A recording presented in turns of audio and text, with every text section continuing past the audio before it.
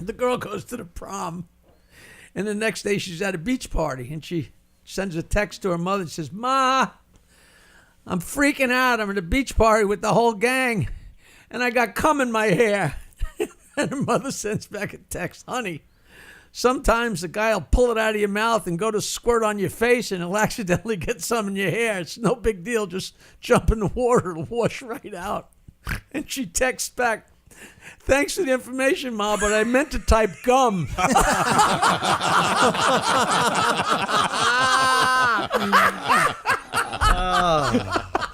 Which is fucking beautiful. And it's so modern. The idea that Jackie's telling a text joke is amazing. It's modern. So modern, he said. Modern. It's modern.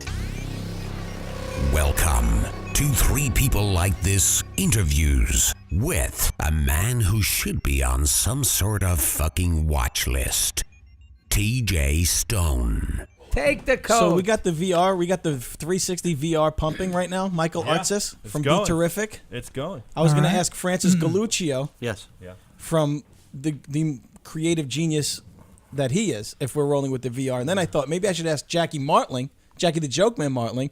And then he didn't know if he didn't look like he might not have known. My question would be if it's a 360 camera and Right. it's going to do all around. Right. Why wouldn't it be in the middle? Yeah. We talked about that. But I was going to ask Ian Karr that. And notice how I mentioned everybody's name nonchalantly in conversation, because this is what I do audio-wise. But you didn't No, mention I Bruno. love how you skip I'm sorry, Bruno who? No, that's my favorite. Bruno The pedophile. Bruno the Overlord Derlin. Yeah, well, he was away. I told everybody he's a child molester. We'll touch on that in a minute. He has a new nickname. The Overlord? He gave up the fact that he's a pedophile immediately. Because No, you yeah. know when people say that they're not something or they make a joke about it, they are. So, for right. instance, there was this... But he said he is, so he's not. Is that what you're saying? right. And yeah. I would never touch a kid.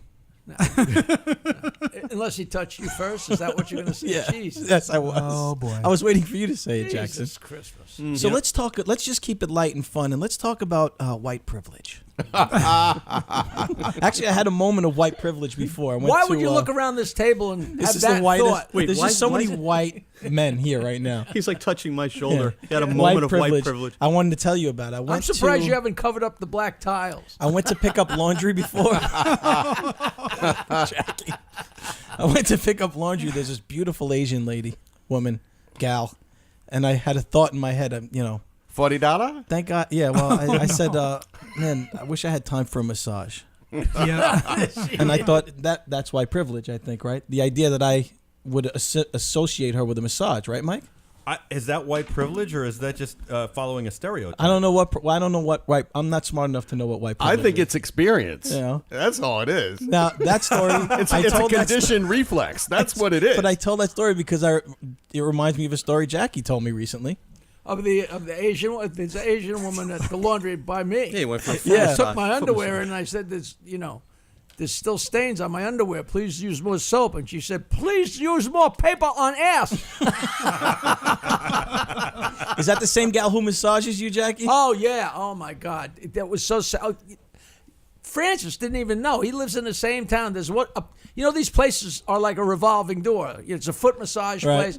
When they first moved in a couple of years ago, I went in to get a massage, and I said, "All right, I'll get a massage." And I went in the back room, and all of a sudden a guy walked in. I said, "What is this?" "Oh, I have a massage." "You're not massaging anybody. Get the fuck out of here and bring the woman over here." So I went there. It reopened now. It's got a new person. It's a guy walks. With a transgender. So I'm lying in this young, Hi, beautiful Jackie. Asian girl gave me this great massage, and it was fantastic. And it couldn't have been better. And it's like right in the little town of Bayville. And she gets done, and she says to me, "Well, have orgasm?" I couldn't believe it. I said, "Yeah." She said, "Okay, I come back 10 minutes." Meantime, you go ATM across street. 10 minutes. That's a long time. Francis Galluccio is here, man. I could have coffee after that. I What do just you love do it. in the 10 minutes? You just think about it? No, you got to crank one out. Oh, that's you. You gotta Crank it do out it. and then It's do a it. do it yourself. Do it yourself thing, Ian. It's a self-checkout. Ian, just make sure he's in frame, okay? We'll worry about the show. We got this. It's fine. You're good. You're Yeah, good. no problem. Is he in Thank you. frame? Thank you very much. So, Mike, It's the long be terrific. cleanup. Tell us about it, man. Thanks. We do. I'm just kidding. I wanted to talk to Jackie about his jokes. No, I'm just kidding, Mike. Go, Mike. Go. Be I love nice you. to the I love bald you. guy. He knows how I am. Francis, are you having fun, man? Yeah, Say something. I'm in shock. Say I don't hello. know what's going on. It's It's too just many so much people. It's happening. too much shit, right? It's Your unbelievable. ADD is just in full effect right Your now. little necks are on the way. He's out there. He's clamming them right now for you, Jack. He's Speaking of AD, clamming. Yeah. Francis has gotten involved in a clam digging documentary because they're raking over the clam diggers. All right, not to make a bad joke, that the corporate America is taking over Right. the clams in. No, let me give it to you. I'm going to In give you the Bayville. story. It's very. Only it's a- my friends listen. in the middle of people drowning in Houston can feel bad for clam diggers. Well, look, like these are the guys we need to save. Look, here's the bottom line. It's a classic David and Goliath story. As I said to Jackie earlier, you've got a company called Flowers, which is they're oyster diggers and clammers that have been in Oyster Bay for 112 years, right? So they leased the floor of Oyster Bay for 112 years, and their lease was up, so they re-signed the lease with the corrupt government of Oyster Bay. The guys that he signed the lease with are in jail, plus their wives are also in jail. They all went to jail. Everybody went to jail. For what? What specifically? Corrupt, they were taking kickbacks and things like that. So it's funny, Venditto's wife was getting paid $300,000 a year to be a food taster. So it was crazy. So, but hold on. So, 7 people got indicted, and one of them was the guy who in 1965, with 2 seconds left in the game, tossed the game-winning basket, and Oyster Bay won the Nassau County basketball title, and he went to jail last For week. the high school? The high Oyster Bay school? High so he's School. going to be And it's your friend. Good friend, always a good He'll friend. be good on the white team in jail. But so what's happened is the clammers are the little guy, right? So Billy Joel got involved, and what's happened is he donated $100,000 to seed the bay for the clammers. Blah blah blah. So what's happening is Billy got involved. They showed me the footage. They asked me if I would. I'm in the music business. I've been doing music for television and film, and I write pop songs. But He's mostly, a fucking raging genius. thank you, but no thank you. But Raging creative genius. mostly film and with television. ADD for the and last, OCD. Right now, You he wants to interrupting me? clean this. Yeah, Are he you wants to Windex Don't this you right now. ever You want to interrupt. Windex this He right can't now. open a clam, though. Look, see, he moved the glasses. So I'm I going to told you. I'm going to do the music and the sound design for this thing, which is awesome. It's going to be a short. It's great. It's got legs. Jackie is going to be involved as of right now. I just told him Jackie because he's a Bayvilleite, a Bayvillian, if you will, a Bayville, a I'm Bayvillian. Bayville royalty. You really are. if it exists. You really are Bayville yeah, royalty. it goes Billy Joel, Jackie Martling. Bruno the child molester What's Derlin. the songwriter's Hey, name? thanks, man. We got to change that moniker. That's not Which even. guy? Laura's husband. People are Oh, gonna hear no. that. Oh, yeah. Jimmy Webb? Jimmy Webb. Webb. See, I can't even think. So it's Jackie. It was Billy Joel, Jackie Martling, Jimmy Webb, and then I'm down there, way down there, Francis Galluccio. As far as Well, I'm down there with you. I'm down with by the clams with you. so we're gonna do this thing. We're gonna do it, and I just reached out to the clammers, and they're gonna bring him a dozen little necks today. He asked the guy if he wanted me involved, and the guy said yes. I said, well, tell him I need a dozen clams. The little guy. I demand the little guy. a dozen clams. Anyway, that's the story. Daily. That's the story. Jackie, We're- your family, that's Bayville and that area. That's your whole family. That's my area. Bayville, I wasn't raised in Bayville, but I've been there for 40 years. But my book is coming out with, and the whole first chapter addresses whether or not I'm related to Theodore Roosevelt. And the heads are going to explode. you took in a lot town. of flack for that. Oh, it hasn't even started yet. The crap is going to hit the fan. Now It's you're gonna be related to Theodore Roosevelt. That's the common The common premise belief. is that Theodore Roosevelt's father is also my great-grandfather's father. And it's all explained, and it's so fun. And Now, for those of you who don't know, Theodore Roosevelt was the guy who built a lot of the high schools here in Brooklyn. He's Along with Abraham Lincoln. along with Abraham Lincoln, but he was the president. he was one of them. He's the only one on Mount Rushmore that needed glasses, and they cursed him every time they went up to chisel his head. I mean, Jackie. You motherfucker have glasses. Make a fire hard. Jackie's such a hippie and such a he's complete opposite of the people that he grew up around. Like that's some pasty ass waspy white people you're talking about. Not Oyster Bay. You know, Well, Oyster not Bay Oyster and Bay. I'm Bayville. talking about your family, the descendants of Roosevelt and that whole crew. I'm talking about generations ago. No, you know? it definitely split. When you tell people you're from the North Shore of Nassau County, they're like, "Whoa!" And meanwhile, growing up, there was a blacksmith barn on the corner of my property. Not 10 generations back. My father's father was a blacksmith. Yeah. You know, I mean, literally Yeah. put shoes on. Yeah. them, you I know. told you my father's Yeah, father. and his father, you know, Francis's father used to actually My lift the father's gates. father, when he first came to this country, his first generation, it was second generation Italian, was my father. He literally put the, you know, the arms, the ding ding, you know, the arms that go down when Railroad crossing, yeah. railroad crossing arms. He by hand put those down and up. That was his job when he came to this He country. cranked them? Yeah. Like an elevator That was my operator, grandfather. And my ironically, father's father. his great grandfather, my great, they would play horseshoes. Really? But you know, that part of Long Island is notoriously rich and wealthy and insane. It's so frighteningly It really rich. It's is. the people that own the people that own the people. Yeah, they came over on the Mayflower. I mean, really, it's. I've been in Brooklyn my whole life. That's how, you know, people. You would think that I would have heard of that, but I didn't realize it until I met you guys. TJ's people came over on the D train. Hey, forget about it. Came over on the back of an eel, a retarded eel. They just strapped my father as a baby to an eel and said, "Let's hope he makes it somewhere." But you guys, but that's like the people that live there literally run the world, the country, You right? know, The businesses, right? There's Yeah, a a lot of place at the end of Center Island where Billy Joel and the Fortunoffs and all these people live. And Francis actually knows the guys that bought it and owned this huge property. But before them was this guy, George Baker, he literally was the guy that lent the money to the new kids that were just getting the country going. Not like, on the block. Not new kids on the block. Not the new kids on he the block. lent the money For to, their first demo? He lent the money to like Rockefeller and to Vanderbilt. He gave, he he gave got money for them their startup. going. You know, Wow. I mean, imagine That house was imagine. amazing. It's crazy, Yeah. crazy. And how big are these houses? These houses are Huge, tremendous. They're on like 50 acres. Yeah, I wouldn't say 50, but between 10 and But 20 people have acres. helicopter pads, like helipads and Yeah. like fucking Yes. runways. Yes. And, Billy has a helicopter now. Have I Really? put you Yeah. through the story about the huge mansion no, on this show? please tell me. There's a guy named Ron Zimmerman who's a very, very funny comic that I've known for 40 years. I met him in D.C. when I first started, and he was so foul and so filthy. And the first time I worked with him, the opening show was all Amway people, and neither of us knew it. And he's so filthy.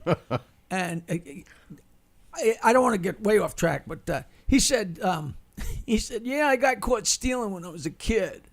And that night, my mother told my father at the dinner table, and he brought the family into the living room, and he raped me. And he said, you know what? I never stole again. So he goes, I love guys So like he that. goes, you know, I'd like to meet that fucking guy that did the James Bond theme. That fucking guy makes so much fucking money. That one theme. He probably has a fucking doorbell that goes ring, ring, ring, ring. He's so fucking rich, man. Every time they play it, they use it in a movie. He probably has a dog that goes bark, bark, bark, bark, bark, bark, bark. Okay? Right. 40 years later, riding my bicycle in Center Island, just went around the corner, past Billy Joel's, and I'm on my way almost to the end where you have to turn around. Says, don't go any further. Right. And this guy pulls over in a van, he jumps out. He says, Jackie, how you doing? I used to play at Neptune's in the 70s. We started playing, do you know, blah, blah, blah. He says, yeah, my wife makes a lot of money on Wall Street, but I clean pools. I only clean the really fancy pools because it's a kick up here, and because these places are crazy. He goes, I want to show you something. He says, follow me. So I follow him. And I've lived there my whole life. So I've seen all, like you, Francis, we've seen the place. He's lived in them. I mean, these crazy, crazy Right. mansions that blow Right. you away. So, of course, he goes right past where it says, stop, don't go any further. And I follow him in. And he pulls into this place, and we go out back, and my jaw drops. It's like a huge chunk of the pie, like a 25% of the quadrant that's the end of Center Island, completely looking out on all of Shore Road and the entire bay. And there's this monstrous mansion, and there's an ornate pool house that's the size of a mansion itself. Right. The grounds lead down to a pool. There's a pool house down there that's like a home, and there's gazebos, and it's like unbelievable. And I'm like, I've seen it all, It's but I unbelievable. never saw this. I said, whoa, who the fuck lives here, John? He goes, some guy that wrote the James Bond thing. And I'm like, I'm in fucking Ron Zimmerman's joke, and all of a sudden there's a dog. I'm waiting for him to go bark, bark, That's bark, when your bark, bark. life is just a fucking cartoon of It's itself. too funny. It turned out that guy wrote His name is John Barry, and he wrote everything. John, and people yeah. think that he wrote that. Well, but that's he yeah. didn't. but He that- did the score for Dances with Wolves. I know John. I knew John. He, See, Really? he knows these guys, man. he passed away. He was, lived on Center Island, and Billy Joel lives on Center Island, and Rupert Murdoch lived there, and they all had. Billy had a 22-year-old wife, and Murdoch had like a 35-year-old Asian wife, and John Barry had like a 30-year-old Yeah. Asian wife. And they say the three Asian. of them used to sit around the pool and talk. Imagine being a fly in the wall for that conversation. I don't know what you talk about. Like, You know. it's when you live that kind of lifestyle, that extravagant. Oh, You how talk much about money you how to find? hide the What do you- Viagra. how do That's you- what you How talk about. much money you find What in the always couch amazes last me night? is that those guys still find a way to stay motivated. Like I would strive to live in a place. Like once I would imagine once I settled in and looked around, I would say, all right, time Yeah, to kill how do you myself jump now. up there Now and I say, eat- "Gotta get to work"? Yeah, I eat to death. Well, I eat to death because as soon as you see the electric bill, you got to get back to work. But that's what I mean. That's really They're, true. they're the numbers that they're. That how much would that cost? How much did it play? If you had like 50 million, like what is Oh, it? crazy, Yeah, crazy, yeah, crazy. Oh, it's like, I don't know. yeah, between 10 and 50 million. But then it's the taxes. It's the guy who's got to do the I know, but they don't- landscaping, it's the- like There's nothing no for them. consideration. I thought Taxes. I was the Jew here. Ian, you're shooting a documentary What on, the on, hell? on Jackie right now. I right? am, yes. Yes, we're doing a doc on Jackie. Well, wait a minute. You guys used to do a shoot. How long did you do the joke? The Serious, show. right? we did serious. the show for 8 years, 403 episodes. 403 episodes. The joke. 10,862 jokes. The joke. How many? You counted how many jokes? Approximately. How many was it? Give or take. How many did you say? 862. It's like McDonald's, 10 billion told, How many jokes would you say? 10,862. It and was four of them were different. 4 of them are different. Right. It's all the same. It's the same Just thing over. regurgitated. But fuck, man, that's an incredible run. Oh, it was It so was much fun. so much fun. How did you choose Ian to do the show with you? A long time ago, we met at the Friars Club. Like right after I got off the Stern Show, we're very close. I think I was off it, and he was just joining the Friars Club, and we met and we started talking. And 5 minutes after we started talking, he said, "Fuck, you're nowhere near that guy on the show. Right. You're a completely different human Right, being that's right. ever been pictured on the show." So we got to be very good friends, and he knew I was going to be working on it. I've been working on this book for decades. I know. And he said, why don't I come over and ask you some questions, and maybe it'll get you a little bit motivated. So he came over to my apartment, and we sat there and shot the shit for an hour or two. And I answered his questions and went on. And we really had fun. And then a couple of years later, whatever it was, all of a sudden I had a chance to have a show. And it was so funny because I was so gay. I can remember I was on I-95 driving to a gig at the Mohegan Sun, and all of a sudden I just called, and Ian answered the phone. And I said, you want to be my co-host? It was so romantic. Like in high school, you send your friend to ask him. Pretty much, yes. He wants to know That's if kind you of what wanna it be a was. Co-host. And he was only the sixth one, and he said yes. But what's interesting is that this was on Sirius, and this is how long after you left the show? We started in 2007. 2006, October 2006. 2006. Did Wow. I don't know if I've asked you this off the air, if I've even know. Was it Howard that offered you the show, or was it? It's so. This is one I don't even know if this made the book. When Sirius started, it was wild and it was great. And I was off the show. I quit drinking. Nancy and I split up. I was a mess. Right. And a girl I was going out with at the time said, "All right, this is it." In my apartment in the city, she said, "The Laugh Factory's opening on 42nd and 8th. We're going." So I went down to 42nd and 8th, and it was, everybody from the comedy world was there. And a bunch of people say, you got to get up. Yeah. So I went up, and I only told like 5 or 7 jokes, but every one was a fucking home run. Right. And I came off stage, and everybody said, I'd been working gigs, but not a lot, And they said, what the hell are you doing? And I ran into this guy, Phil Iazetta, and he goes, I've always been so in love with you. He says, that can't go to waste. I do a show on Sirius.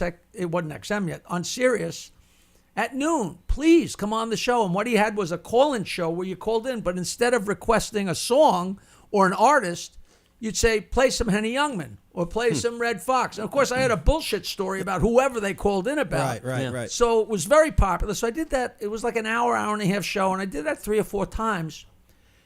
And at some point, they wanted me to be the voice of Raw Dog. That's what I was going to ask you. I What, was supposed what to be the station voice was it? It of was Raw Raw Dog Comedy Station, No, right? that's what it was on. Phil's show. But even know before that. this, they wanted me to I be didn't the know voice that. of Raw Dog. And my friend Toby there were literally contracts. It was like, and it was decent money. It was like $200,000 or $300,000 a year for 3 years or something. It was like, it was crazy nice. And all of a sudden, he just said, hey, they took the deal off the table because they think Howard Stern might come to Sirius. And I thought to myself, just tell me you don't want me. Don't make up a story, because in my mind there was no way Howard would ever leave to come to Sirius. He was probably if already you in could say negotiations. fuck and pussy and shit, it takes the lines away, which is the whole fun, was dancing in and out of the lines, you know. So, what are you doing in the middle of my story? I gotta do it. Sorry. Go ahead. It's loud. Go ahead. The fuck is he doing? Air I conditioning. think air conditioning. Yeah. The AC. Turning Good. the AC off. He wants to make you You sweat make a little lousy bit. waitress. You come after the punchline. Jackie, Yeah, of he course, wants to this make has you all been sweat. one sentence. No, don't worry about it. Go ahead. But by the way, that's how we do it here. Off I'm the not table. gonna. So at any rate, I thought that they were just full of crap, and so they took the deal away. And then I continued to be on Phil's show, and it was always so much fun. And then all of a sudden, 4 months later or 6 months later, there's a headline, Howard Stern going to Sirius XM, or Sirius rather, and I said, well, at least they weren't bullshitting me. But I never thought he would leave, because dancing within the lines was the whole show. Right. So I figured Yeah. they didn't want anything to impede him Right. coming. Right. If he thought there was a chance of bumping into me and that made any difference at all, which I'm sure it wouldn't. So at any rate, so I go on Phil's show constantly, and I will never know how this worked. But I came out of Phil's show one day, and Gary was standing there. He said, hey, how are you? Want to come see the studio? Baba Booey. So meanwhile, I'd seen the studio in all of its incarnations all along the way, because everybody's like, hey, Jackie, come look at the studio that we're building for Howard. No, I'm not allowed to do this. But meanwhile, I've seen it. But you've been friendly with everybody. Yeah, on the no, show. fine. Yeah. So Gary takes me in, and I look at the studio, and I'm like, it's unreal. And we come out a different door, which is at the other side by the Stern offices, or what was the Stern offices. And I bump into this guy, Tim Sabian. He says, hey, how you doing? Hi, Tim, long time. Yeah, I'm here working with Howard. He said, why don't you have your own show on Sirius? And Tim I said, Sabian he's a producer. He used to be the head of the Howard's channels. guy for a Yeah. long, yeah. Okay, he was the But head he of. was the program director at WYSP Okay. in Philadelphia. and he was coming on to our Sirius. affiliate forever. And he's a real part of the whole Stern gang. He said, why don't you have your own show on Sirius? I said, nobody ever asked. He said, well, we got to do something about that. And then he was trying to put together a show. And then we went in and talked to him. And I forget the exact chronology. But then I went to dinner with Howard. And I said, yeah, I would love to have a show. And then, of course, it became that I asked Howard to go out to dinner and begged him to give me a show. Of course. But I came in Which and is they good said, radio. That's what I read. They said, we don't know what we want to do, and we don't know when we can do it. And I just looked up at this. I looked up at the calendar, and I saw a hole at 7:00 on Tuesday. I said, right there, we'll take it. And they said, all right. And then I called Ian, and boom, boom, boom. But you knew at the beginning it was going to be an hour-long show. you knew from the beginning the we parameters. never knew anything. I told him I prefer an hour show one you time a preferred an week hour or show. more, whatever. Right. They didn't give us much money, but they were going to get it all together, and then they were going to give us more money. Then we started working. We didn't get paid for 26 weeks. 26 weeks before. No, we got paid eventually. Processing the W-4s. Yeah, or whatever. processing. But who was counting? Yeah. No, but I mean, Ian's the Why number am I the guy that's like, I know exactly how many shows, exactly how many know, the jokes, checks in the exactly mail. how His long it brain's took? not going to function that But way. right? meanwhile, we're I'm having so the time, not that guy. We're having the time of a lifetime. Now, was Gary standing outside of Phil's? Everybody knew I was there, and I was on with Phil. Was he there by design? Did I come out of the other room by design? I'm sure it wasn't calculated, but it fucking well could have been. Yeah. Who'll know? I'm interested in how you decided on the format of the show, because it was basically jokes for an hour, It right? developed, That's in my mind that was different. Everybody else is talking, and what do you want to do? And let's interview this guy. Right. If we're going to just tell jokes, and have the guests tell jokes, it was just so goofy, and Yeah. I just thought it was fun. What did you think, Jackie Ian? told me, well, when we did, it was originally supposed to be 4 quote unquote test shows for the month of October, right? So we got together and we were telling jokes, but the whole premise of it is Jackie said he wanted it to feel like everybody hanging out at Jokeland, in his on his porch, just Yeah. trading jokes. He said Which that is- was the vibe, and I think we accomplished that. I You really did. I think the that show it was fun, man. It was. But I brought in all the jokes because the average person, like you were saying before, doesn't have Yeah, if jokes. you So don't- here's a joke for you. But Yeah. everybody, I tell one, Ian, the producer, the engineer, the guy Yeah. answering the phones, the guests, And Yeah, it I was- always like to see when people get nervous when they have to tell a joke and they mess up a joke. That was always the funniest And part. I for beat me. him up a little You bit. beat him down for it. but it's great fun, right? You got to believe that Gary was amazing. was standing outside there to kind of court you, right? You know what? Who knows? But what would? I mean, if you know the setup is serious, it's Yeah. not someplace you'd be standing. Well, that's what I'm Especially saying, if right? you're from the other.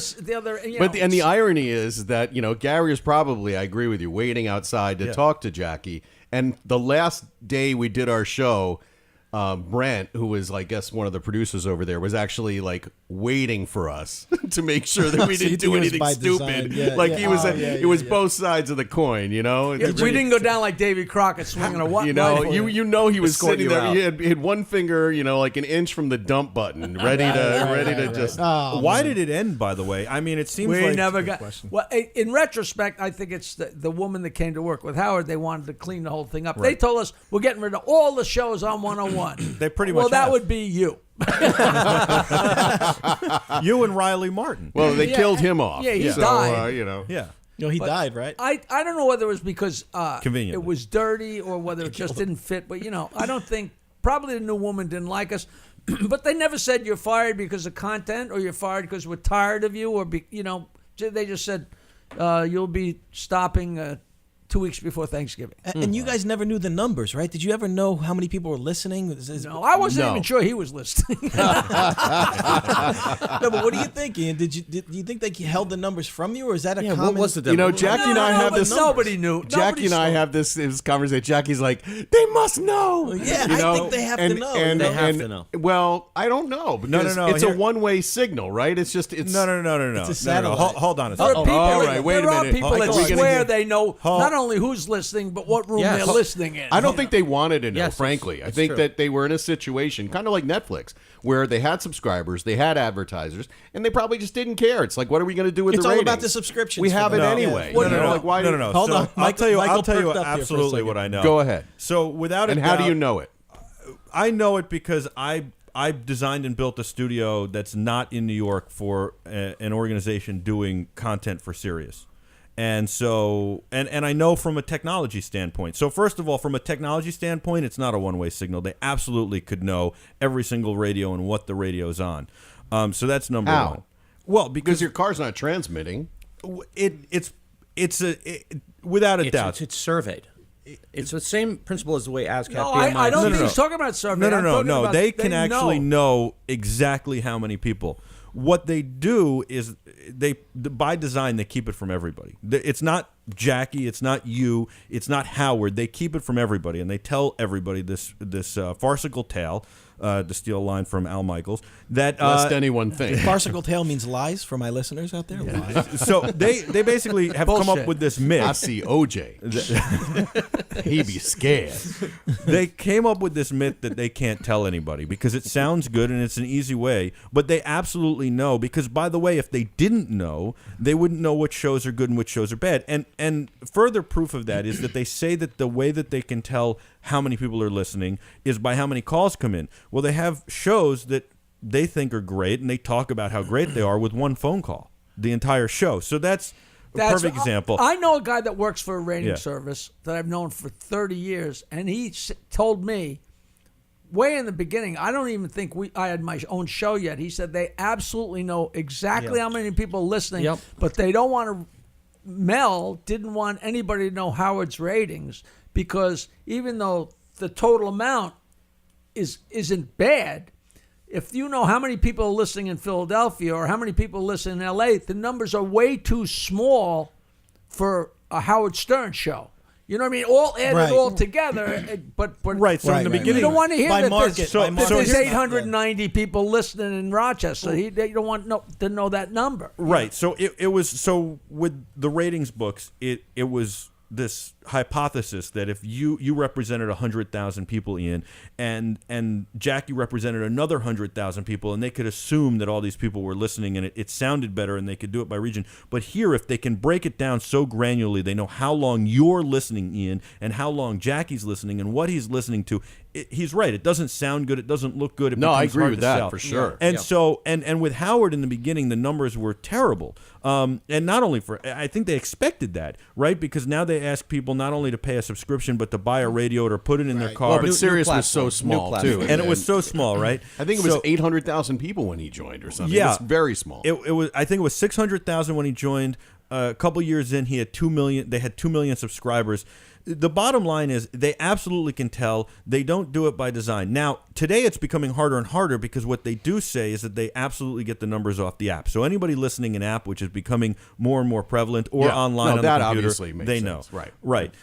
It's interesting. But they absolutely Why just the app? That's crazy. well because you can't you can deny. see clicks. I mean, There's no- it's easier to count from an app. I know that, but I don't ever listen on an app. I'm always, I listen to Sirius in my car. See, and I only listen on it now. Well, so that's here's funny. because So that's the because they difference. canceled my subscription when they canceled our show. but here's But they didn't cancel lost my the- app. So I son of a now bitch. they'll They cancel lost my the app. But subscriber. now Now they they'll will. do. Now they'll cancel my app. Listen, way well, to hold fight on. back Can you- against the man. Ian. You can edit that out, right? Yes. Anyway, More than one way to skin a Jew. and then what? Make a lamp out of Oh him? no! And then what? Make a lamp out of him? No! Come on. When he called you, had you had any prior radio experience? Yeah, I did. You did. Yeah, so I had Before done, Jackie. and in fact, I think that's one of the things that we bonded about when we first met, because I had done, it sounds like a prison term, I had done 10 years at QCD. QCD, which was that's one of our. smooth jazz. Can you tell It me what was- QCD means? That's the quick come down. It occurs when you're completely wasted Yeah. and a police car approaches. You got to do a QCD. Absolutely. QCD has been part of our lingo for like 20 years. Years. A quick Yeah. come down. Or I if something thought it's bad like- happens, it was QCD, bro. It was QCD. or it's it. while you're having sex and a kid walks in, and then That's there's a quick, a definite quick QCD. come down. Yeah. Or at our age, yeah. Yeah. kid doesn't. It just happens. Kids. It don't happens anyway. You don't Somebody say. You don't sneezes. say, "Honey, one more thrust." Come on. Yeah, one more. So I had done Where was radio with. QCD? Where's that? Oh, it was a CD 101.9. It was a New York radio station. Did you like working at CD 101?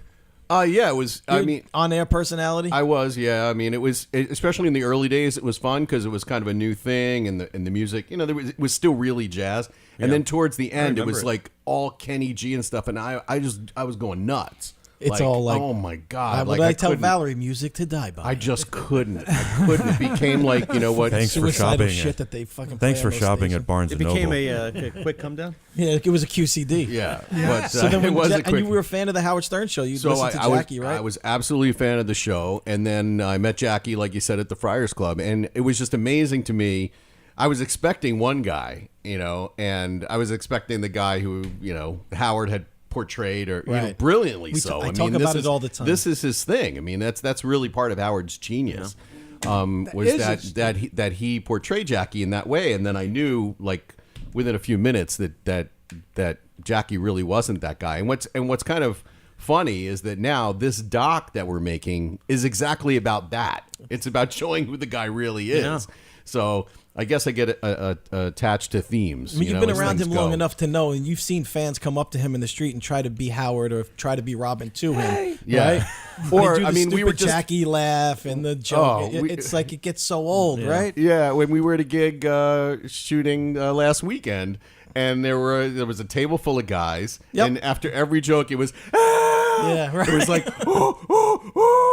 Which, it was by the all way, that's Jackie Billy West. noises. That's not even. It's Billy West doing Jackie. Yeah, it's not Well, even Jackie. In know, all but- fairness to the guy, he did it like maybe 3 or He 4 was, times he was so inside good, of an hour. though. He was but, so good. But Jackie but did they're the biggest incorporate him. fans. They're the biggest fans. No, it's great. It's But great. I'll tell It's you great something. to see. Part of Jackie's genius is that he knew what would fuel the show, and he knew what was good for the Stern show. And I don't know if you know the story of the Jackie puppet and how that came to be, but I don't know how it came to be. The I'll give you the kind of the broad strokes, and then Jackie can get into the genius Where part is of it. the puppet, by the way? The puppet was something that somebody brought to Jackie's house like one weekend. A friend of a friend. Jackie. The puppet comes by. Jackie sees the puppet and says, "This is going to be great on the show, but I can't take it in because he is, if he took it in."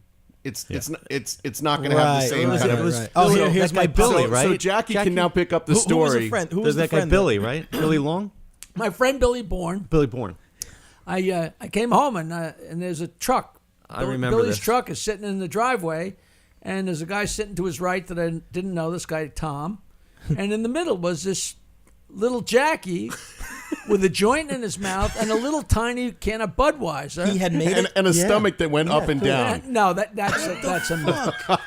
But it had way too much forehead, scraggly, and all kind, crow's feet, and it really did look like me. It was It was great. And I cool. said, "What is this?" And the guy Tom said, "Well, Gary has a puppet. We think you should have a puppet." And I said, "That's a riot." So the puppet had a joint in its mouth. So I took the joint from the puppet's mouth, and we smoked it. And I said, "That's great. Where'd it come from?" And Billy said, "It's Thai weed. I got it in Oyster Bay." "No, you fucking idiot! I mean with it."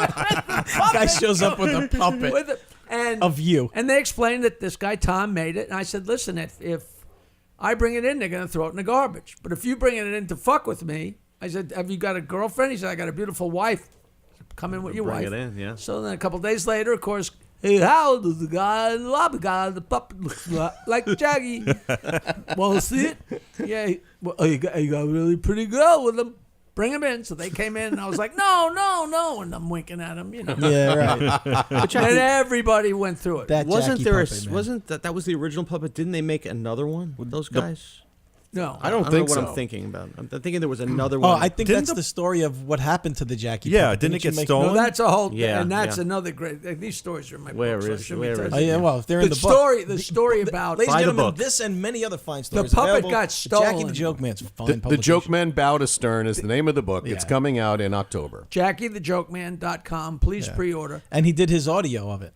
He did the He audio. did the version. audio book. And I was there at Audible when he did it, and it's amazing. Fucking, he That's should have had awesome. Billy West do It's it. amazing. He should have had Billy West And do the audio Artie, version Artie of it. wrote the forward, and Artie's recording the forward. Oh, Which is cool. so Cool. Which is so cool. Cool. Did From you the go to emergency Newark? room? Yeah, Audible. Yeah, you went to Newark. Great fun. Wow. You, Great you fun. only hang out in the best Wow, I neighborhoods. gotta Only say the something best. like that. That's just like this place. The train goes right there. You jump off the moving train, and you're in Audible. So the show felt very kind of off the cuff. And we did. We fucked around a lot.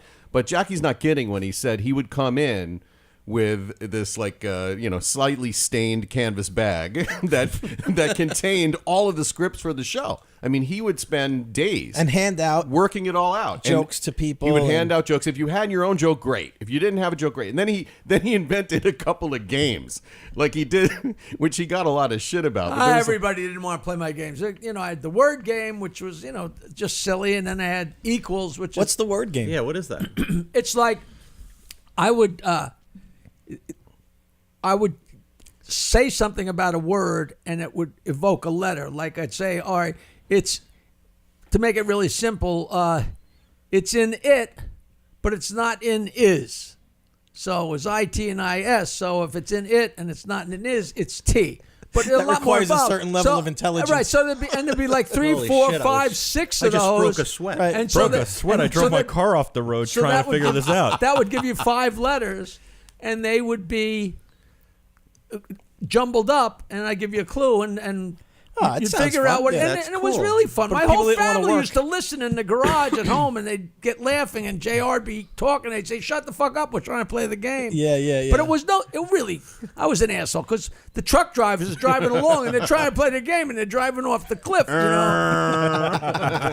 Yeah, man. Yeah. But that's funny. You were that structured when you came Oh my in? God, and then, no. And then we had equals like Really, Ian? He was that structured? like- he was uh, absolutely that structured. Wow. He took it seriously. So he too. hates when I We would, do this. And sometimes we would have meetings after the show. like 3 equals BRN. 3 equals BRN. Isn't And then I'd give a clue and I go, all right, Yankees. 3 equals BRN, Yankees. Okay. 3 equals 1927 BRN. Yankees. Babe Ruth? 3. Babe Ruth's number There you is go. 3. There you go. Right. See? There you go. And That was- Wait. And everybody be yelling, and I'd be going, "That's fun!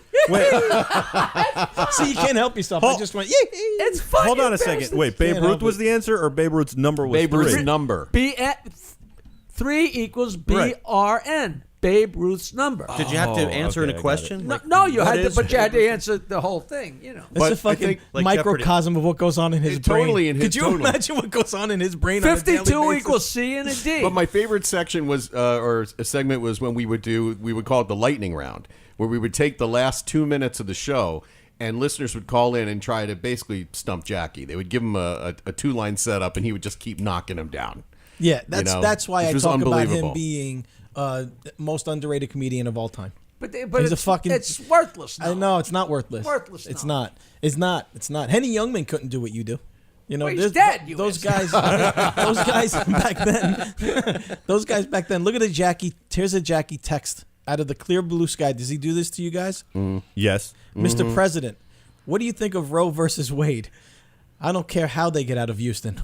I just get that. And that's it. No, but in all fairness, somebody sent that to me. It doesn't matter. But I'm a It doesn't conduit. matter. You deliver it. You know what I mean? It's you. I hear it in your voice. Too man. soon. Too So soon. fun. Most of the stupid jokes, I know the jokes, but I remember where I heard them. You do remember? I remember not all of them, but a lot of them. And I'll tell you the greatest thing: when you have a billion jokes in your head, and you got a good crowd, it's very strange. And I've started trying to explain this to people, but I could tell them jokes for 3 hours, but if I start trying to explain something, I see them glossing over, right? Because I tell them when a show's doing all right, but not that great, a lot of the jokes are like, Right. I'll sit this one out. But when I'm killing, every joke in my head's like, me next, send me. it's like they're lining up to be told. They all want to play. So You're on some kind of Jackie's spectrum. like a He's joke on, medium. He's on some kind of They're spectrum. like, So- one's coming. Yeah, he's so on- when he's I on have a- a he's new on some joke, kind of when I have a scenario. new joke, it's sitting on the hood of the car going, "Hey, don't forget, right?" Wow. And so it happened last weekend when Ian was there. I was like, "You got to excuse me," because of course they can't read my mind. I said, "If I look a little belabored, it's because I got this new fucking joke, and it's too early to tell this joke, so I'm not going to tell it yet." And of course they're Tell it. so I got to tell you, I know you've all heard this, but I don't care. The girl goes to the prom, and the next day she's at a beach party, and she sends a text to her mother and says, "Ma, I'm freaking out. I'm at a beach party with the whole gang, and I got cum in my hair." And her mother sends back a text, "Honey, sometimes the guy will pull it out of your mouth and go to squirt on your face, and he'll accidentally get some in your hair. It's no big deal. Just jump in the water. It'll wash right out." And she texts back, "Thanks for the information, Ma, but I meant to type gum."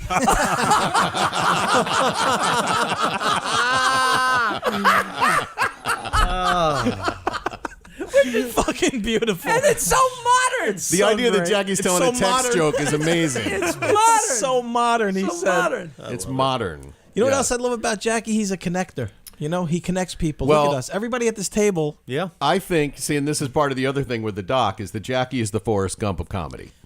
He really is. I mean, Okay. you think about it. Yeah, He's yes. been at the right place at the right time. Yeah, that's a great Through way to put it. 100 different worlds. Right. You know? Yeah. And his jokes are like a box of chocolates. Look, just his stand-up career. Forget about the show. Forget about Howard Stern. Yeah. Just think about his stand-up career alone and the people he's worked with and the guys that he knows and the stories he has from when he started until now. That's what I'm saying. It's unfucking I mean, believable, man. This is one of the things about Jackie, which I find is like amazing, is that, a lot of people talk about doing something. Oh, I want to do this. Oh, this is my fantasy. This is what I want to do, whatever.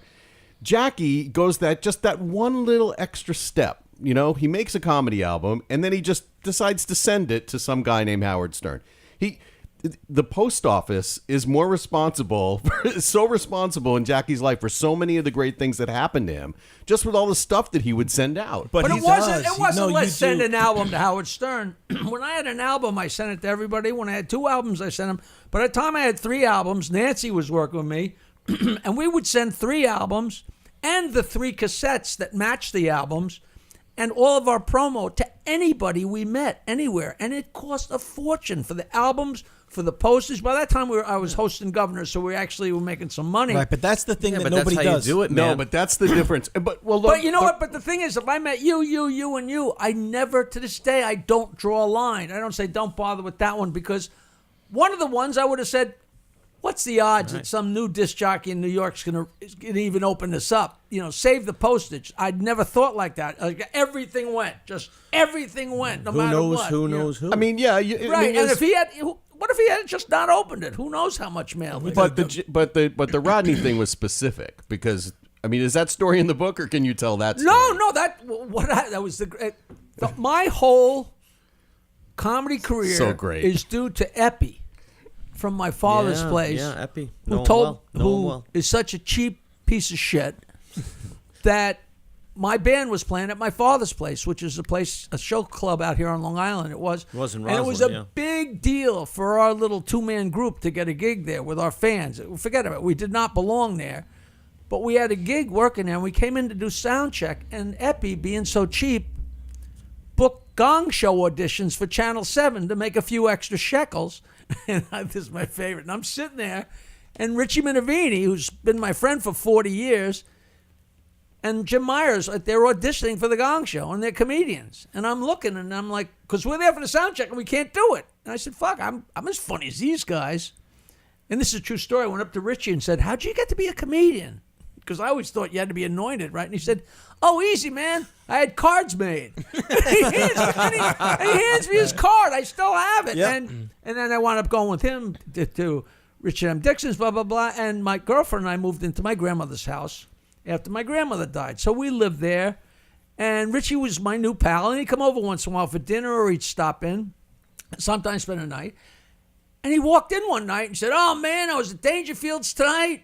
I killed, man. They love me. Rodney said I was great. He's going to use me on TV, man. You know, things are great. I'm like, I was so fucking jealous. Like, you cocksucker. Wow. Man, you know? So I said, wait a minute. I got a pipeline here, right? You know how you think. And so I know How you think? I got my paper and the carbon paper, and I took every joke I'd ever heard that I thought would twist to a Rodney Dangerfield line. I still have the 6 pages. I typed them out and made carbons. Of course you do. And a made couple of carbons. weeks before, this friend of mine, JR, who recently passed on, called me from Peru. He's doing coke, buying coke. He calls me in the middle of the night. Chief, wake up! I gotta tell you this joke. The funniest fucking thing I ever heard. Tennessee Bob told me this joke. Tennessee two-bagger. And he tells me, and it's so funny. So, of course, I include that in the 6 pages of jokes. And Richie walks in a night or two later, and I got the envelope, Rodney Dangerfield, and I said, Rich, you got to give this to your friend Rodney. And he looks at me and goes, oh, man. He said, I didn't get on there the other night. Rodney wasn't even there, you know, but they told me I could come back. And I'm like, you motherfucker.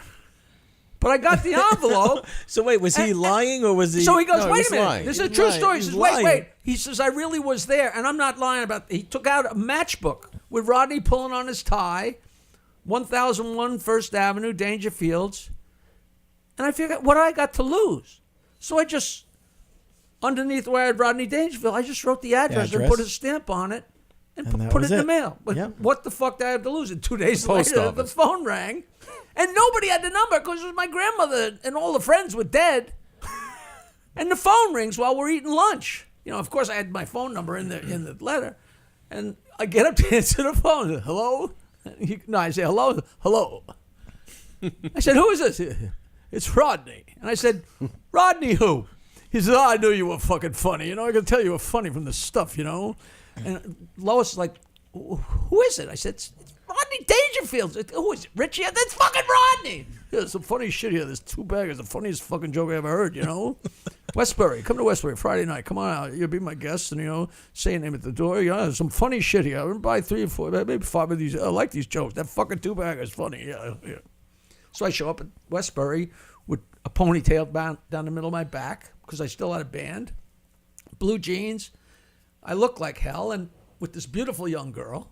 And his head spun right off. You know, he's in his blue bathtub. He's like, Jesus Christ, look at the hair. Look at your fucking clothes. She's beautiful. Very pretty. You want a piece of fruit? Very nice looking. Wow, that's some funny shit. What's with you? Cut your fucking hair. You know, some very funny jokes. She's pretty. Oh, yeah. He's going a million miles an hour, right? Fucking amazing. With his Yeah. balls Jacked up. hanging out. Yeah, You know, that's because they had something just I gotten off stage, you know. So. I was naive to that when I first came around comedy. I didn't realize that people bought jokes from each other. Or, Yeah. You know, that Well, and that it comedians was- had writers. And he chose 4 jokes and sent me a check for $200. It was $50 a joke. Everybody sold Rodney. You know, it's so funny. I got a Rodney doll in my Oh, it's the apartment best, there. the best. But I'd never played it that much. And the other night somebody hit it. I used to And hit it it all the was time. the 2-bagger joke from when he delivered the joke that I sold to him on Carson, which was followed by a joke that was sold to him by Maurice. You know, Crazy Black Maurice? Yes. And it was, you know, Wow. What was it? What's the and the joke two-bagger joke? Maurice sold him became a template that has been around forever now. And maybe it was before. Maurice's joke was, she was so ugly, you look up the word ugly in the dictionary, you see her picture. Right. Which has become a template. You know, you look up cheap in the dictionary. Wow. Right. Well, also And that- the two-bagger joke was, this girl is Yeah. so ugly, she's known as a two-bagger. That's a girl who's so ugly, you not only got to put a bag over her head, you got to put a bag over your own head in case her bag rips. And Carson fell right off his thing. And years later, I said, hey, yeah, I ran into him in Lauderdale, you know, after our whole theoretical thing that Howard created about the money. And this was 20 years before that. And I said, how you doing? Everything all right with us? And he goes, yeah, fine. He's a two-bagger. I go, are you kidding? It's the best joke I ever fucking had, you know. So I'm excited about the documentary. Not really. Will there be clips from Jackie on the Stern Show because you're doing this juxtaposition of Jackie and Jackie as the character on the Stern Show? Well, that's a really, really interesting no, question. it's not interesting. What we're going to do is we're going to get a Howard lookalike and a Robin lookalike, and we're going to recreate it because they would never give us a clip in a million They wouldn't. years. That's what I was wondering. greatest Or less- idea. And It you're going to is. get a lookalike. You should really do it. But the second documentary, which is going to come out before the first documentary, is going to be the casting session. We're casting Robin and Howard. You know, I had all these dreams how I wanted to make a movie about a radio show where there's a tall, skinny black guy who has the radio show and a big fat white broad who's his news person. You know, every permutation, you know. Of the show. Yeah. On the next Three People Like This interviews. You know what's weird is after writing the book and talking about it endlessly for 16 years now, it's really funny because there is no answer. Because on any given day, you vacillate and vacillate. I didn't decide to leave the show. I decided to roll the dice.